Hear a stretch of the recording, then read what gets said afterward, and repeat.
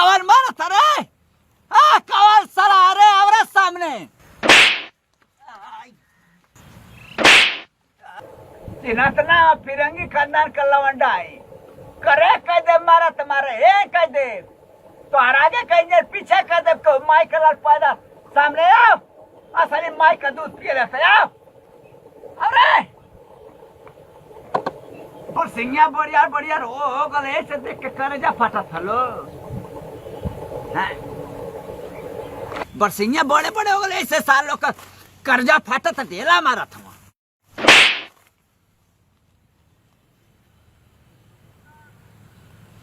cover मारा था रे कवर सरा रे आवरे सामने अरे माई कलर पैदा या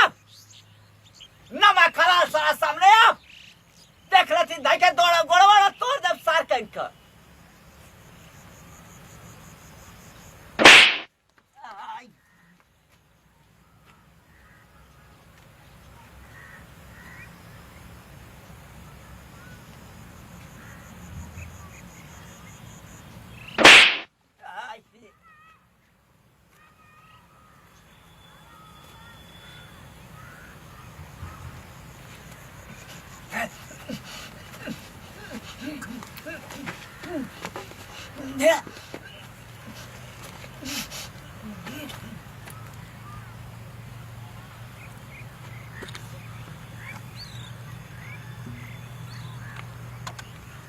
बीड़िया पी लेनी ऐसे ना दिमाग टाइट हो गए हमार ये भैया चले था दिन बैठे था दिमाग फ्रेश होता भाई साल लोग माइकल आला असली सामने आवा क्यों ना सामने ते आवरे आ देख रहे यार हमारे हाथ में दूध को मर्डर लिखल पूरा लाइफ मर्डर हुई खून फेंचबा हर सोचबा कच के लग सोचे लगबा